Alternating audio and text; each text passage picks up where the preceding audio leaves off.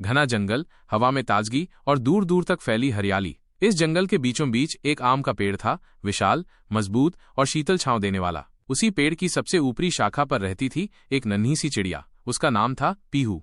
पीहू कोई साधारण चिड़िया नहीं थी। वो बहुत मेहनती, समझदार और अपने छोटे से घर से बेहद प्यार करने वाली थी। उसका घर था सूखी घास, पत्तियों और कुछ छोटे छोटे तिनकों से बना एक सुंदर सा घोंसला। पर इस बार की बारिश कुछ अलग थी। बादलों की गड़गड़ाहट में डर था, हवाओं में बेचैनी थी और बारिश जैसे थमने का नाम ही नहीं ले रही थी। यही बारिश पीहू के छोटे से घर की परीक्षा लेने वाली थी।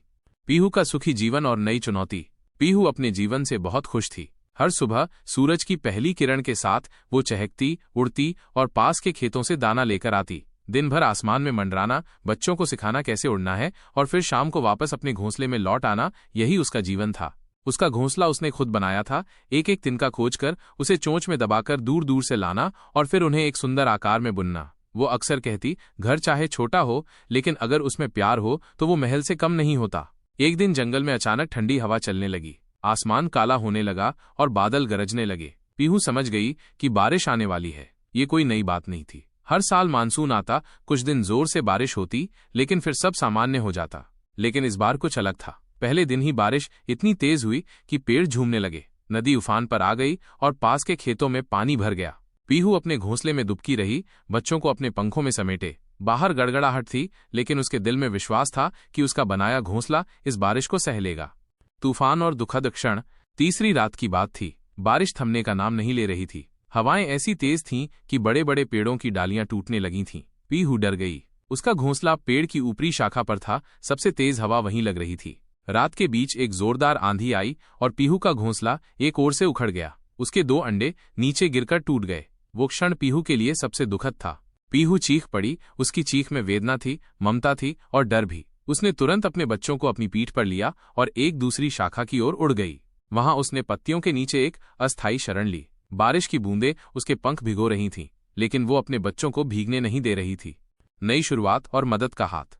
सुबह की पहली रोशनी में जब बादल कुछ हटे तो जंगल की हालत बर्बाद थी। कई पेड़ गिर चुके थे, जानवर डरे सहमे थे। पीहू का घोंसला पूरी तरह से उजड़ चुका था। कुछ देर रोने के बाद पीहू ने आसमान की ओर देखा और खुद से कहा, मैं फिर बनाऊंगी अपना घर, और इस बार पहले से भी मजबूत। उसने तिनकों की तलाश शुरू की। बारिश के कारण सब गीला था, लेकिन उसने हार नहीं मानी। कभी पत्तियों के नीचे, कभी मिट्टी में वो तिनके खोजती, सुखाती और एक नए पेड़ की ऊंची शाखा पर जमा करती।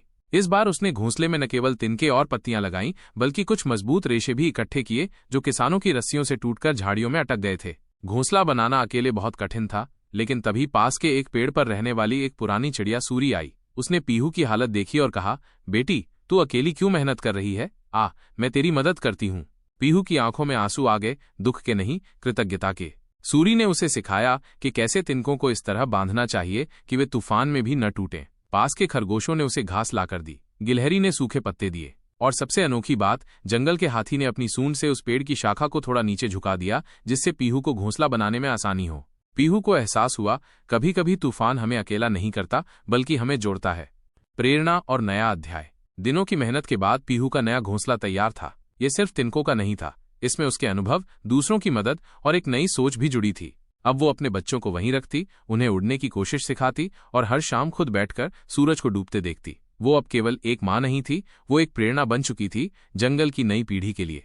हर पक्षी जो नया घोंसला बनाना चाहता, वो पीहू से सलाह लेने आता, और पीहू एक ही बात कहती, घोंसला बनाने के लिए सिर्फ तिनके नहीं, हिम्मत भी चाहिए, और वो हिम्मत हर दिल में होती है। समय बीता और 1 साल बाद फिर मानसून आया। इस बार भी बादल गरजे, हवाएं चलीं, लेकिन पीहू डरती नहीं थी। उसका घोंसला मजबूती से टिका रहा। बारिश आई, लेकिन अब उसे डर नहीं लगा।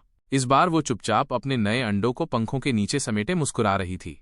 उपसंहार, चिड़िया, उसका घर और हमारी दुनिया।